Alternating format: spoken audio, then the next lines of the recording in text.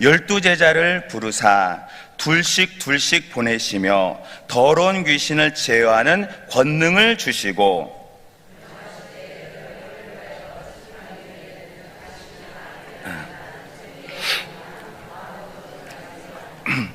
10만 신고 두벌 옷도 입지 말라 하시고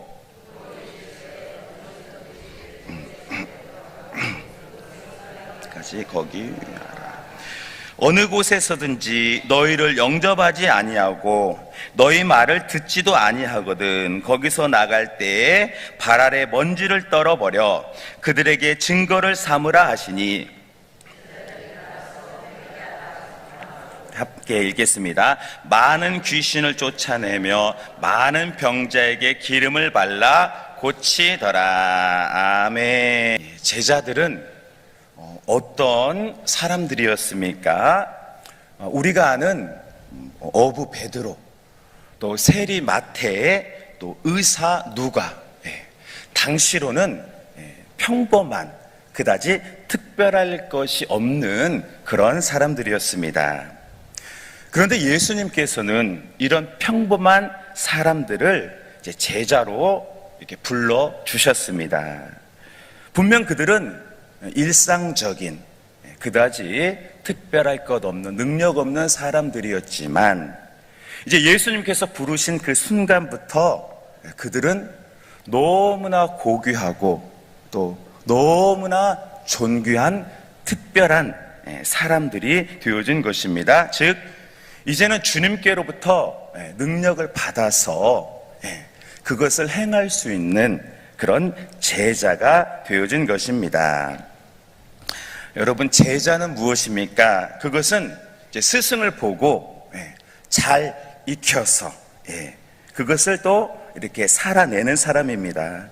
제자가 되어졌다라고 해서 다 된 것이 아니라 부단히도 스승을 보고 또 배우고 또 실습도 해보고 또 노력도 해보고 그것이 바로 제자의 삶이라는 것이죠.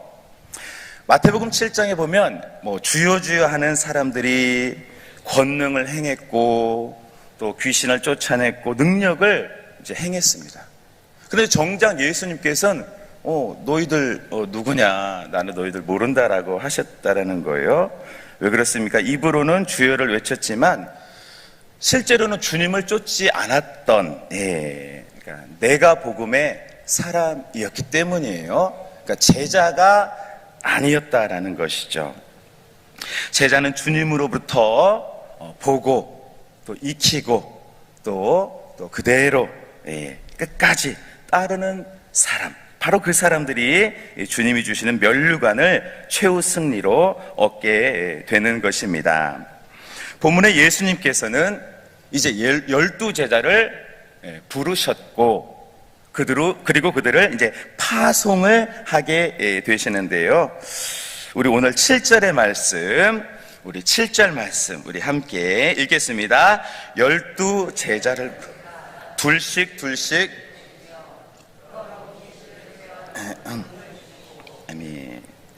예수님은 그 12 제자를 이제 다시 보내시면서 너희가 권능을 행하고 귀신을 쫓아내고 이제 천국 복음을 전파하라고 그 12 제자를 이제 보내게 되셨습니다. 우리가 아는 이제 베드로, 야고보, 요한 이런 제자들이죠. 근데 이 제자들은 아직 완성되지 못한 제자였습니다.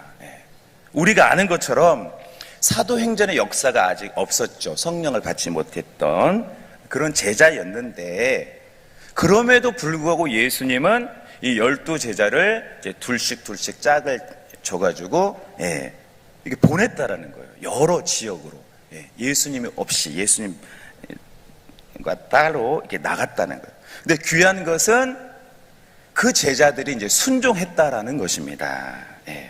우리 같으면 예수님, 저는 아직 안 될 것 같아요. 제가 어떻게 주님 없이 능력을 행합니까? 제가 어떻게 복음을 전합니까? 라고 말했을 수도 있잖아요. 그런데 오늘 본문을 보게 되어지면 12 제자는 그랬다라는 말이 없죠. 그러니까 주님 말씀에 순종했다. 이것이 바로 예수님의 제자의 모습인 것입니다.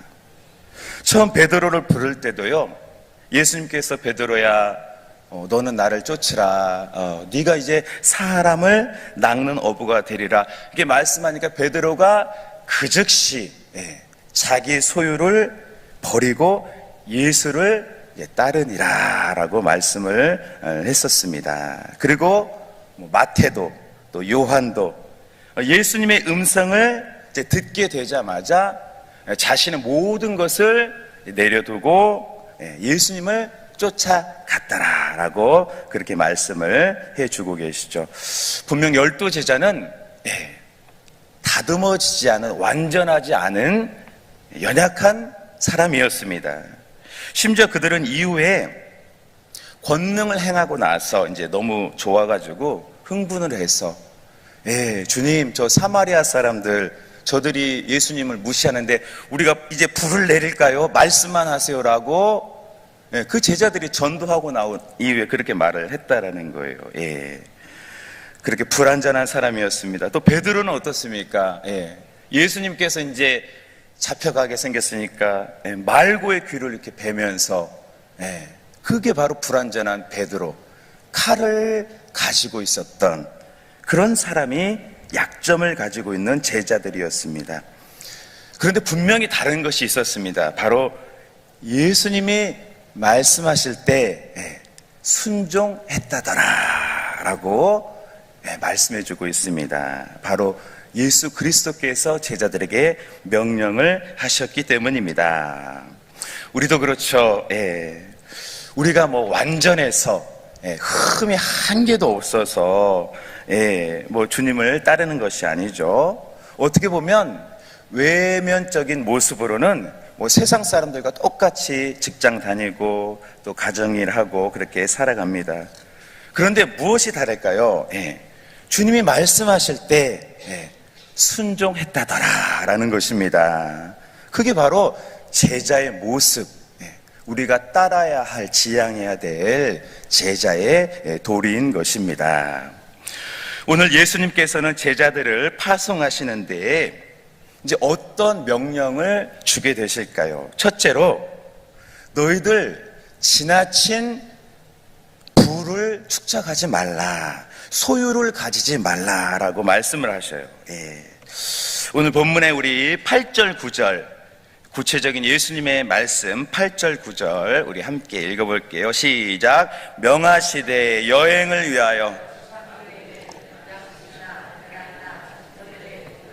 아무것도 10만 도 잊지 말라 하시고, 예수님은 이제 파송받는 제자들 12제자에게 야, 너희들 호주머니에 돈 갖고 있지 말고 두벌옷도 챙기지 말고 먹을 거 챙겨두지 말라라고 했어요. 그러니까 너희들의 삶의 초점이 먹는 거, 입는 거, 소유하는 것으로 살지 말라.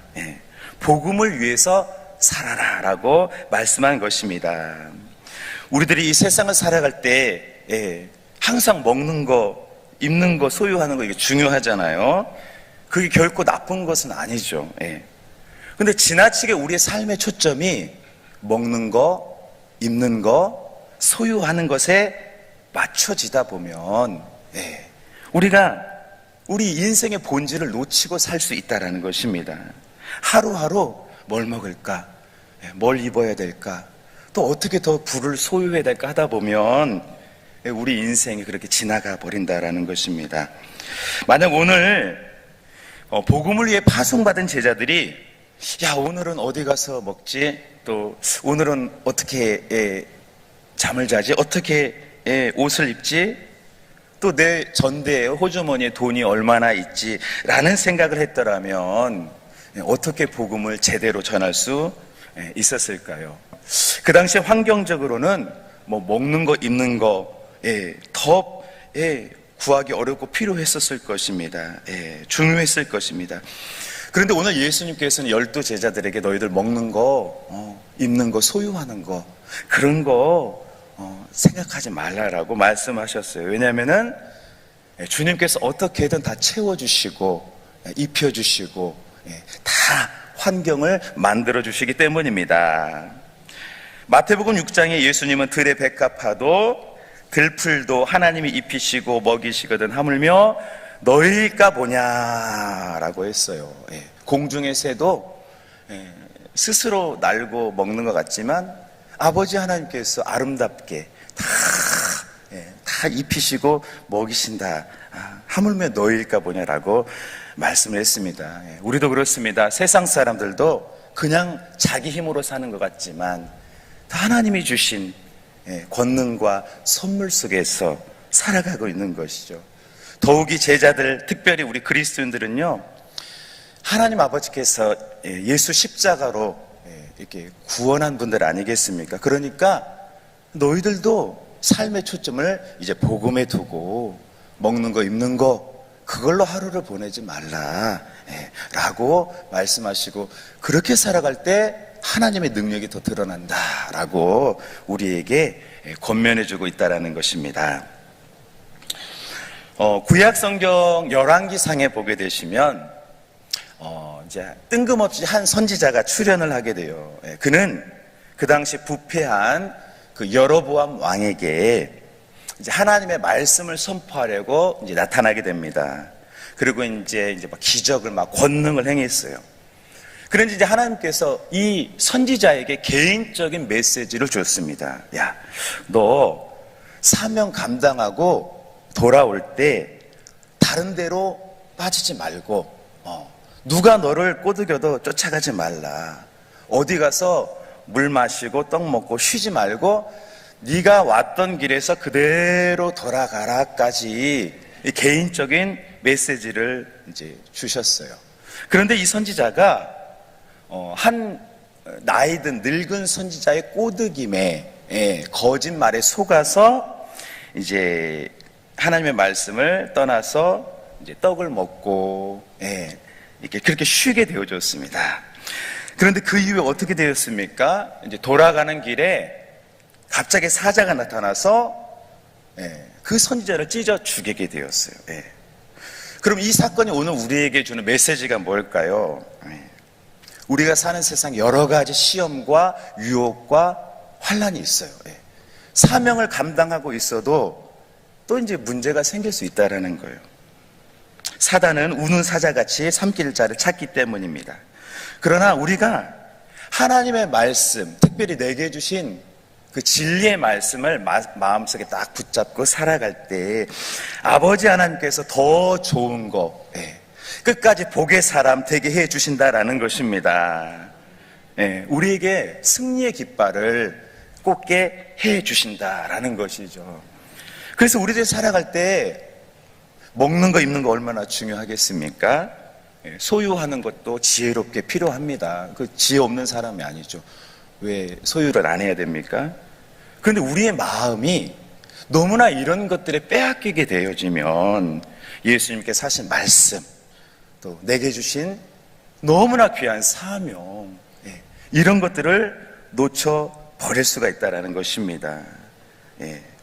그래서 오늘 예수님께서는 12 제자들에게 야, 너희들 다른 거 생각하지 말고 두보로 챙기지 말고 전대 돈 먹을 거 생각하지 말고 나아가라, 그런 것에 초점을 맞추지 말라라고 권면의 당부의 명령을 하셨던 것입니다. 두 번째로 오늘 예수님이 12 제자에게 어떤 말씀을 하셨을까요? 감사하며 살라고 말씀을 하셨는데요. 오늘 우리 10절의 말씀, 우리 본문 10절 말씀 함께 읽겠습니다. 또 이르시되 어디서든지 유하라. 아멘. 예수님께서는 제자들에게 너희들 이제 어떤 지역을 갔을 때 너희를 영접해 준 사람이 있을 텐데 그러면 그 지역을 떠나기까지 이제 불평하지 말고 그곳에서 머물다가 이제 옮겨가라라고 이제 말씀을 하셨어요. 제자들도 사람인지라 좀 더 좋은 환경, 또 좀 더 편안한 집이 좋지 않았겠습니까? 또 인간적으로 보면 자신을 영접해 준 사람이 또 좀 불편하게 할 수도 있잖아요. 그러면 이제 이 집 저 집으로 갈 수도 있겠죠. 그러나 예수님께서는 너희들 그렇게 시간을 낭비하지 말고 그냥 감사하고 그 지역을 떠나기까지 이제 한 곳에 머물라고 이제 말씀을 해 주셨어요. 감사하며 사는 것이 제자의 모습인 것입니다. 우리들도 그렇습니다. 우리가 은혜가 넘치고 또 감사를 잊지 아니하면 우리가 모든 것을 다 이길 수가 있죠. 그런데 내 삶의 초점이 너무 육신적인 거, 또 세상적인 것에 초점을 맞추게 되면 이제 감사를 잃어버리고 불평할 것들이 이제 보이게 되어집니다. 근데 그것은 제자의 삶의 방식이 아닌 것이죠. 우리들은 할 수만 있는 대로 믿음을 잊지 않고 은혜를 잃어버리지 않고 주신 환경, 주신 상황에서 또 감사하며 자족하며 살아가는 것, 이것이 바로 제자의 파송되어진 삶의 모습인 것입니다. 오늘 제자들은요, 오늘 주신 예수님의 말씀에 이제 순종을 했어요. 그래서 따로 두보로 또 챙기지 않고 또 소유도 남의 거 뺏지 않고 하나님의 말씀만을 이제 전하게 되어졌습니다.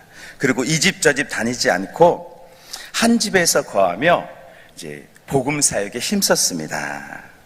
자, 그러니까 이제 어떤 이제 결과가 나타나게 되어졌습니까? 오늘 결론의 말씀 12절 13절 결론의 말씀 우리 함께 읽겠습니다. 제자들이 나가서 회개하라 전파하고 많은 귀신을 쫓아내며 많은 병자에게 기름을 발라 고치더라. 아멘.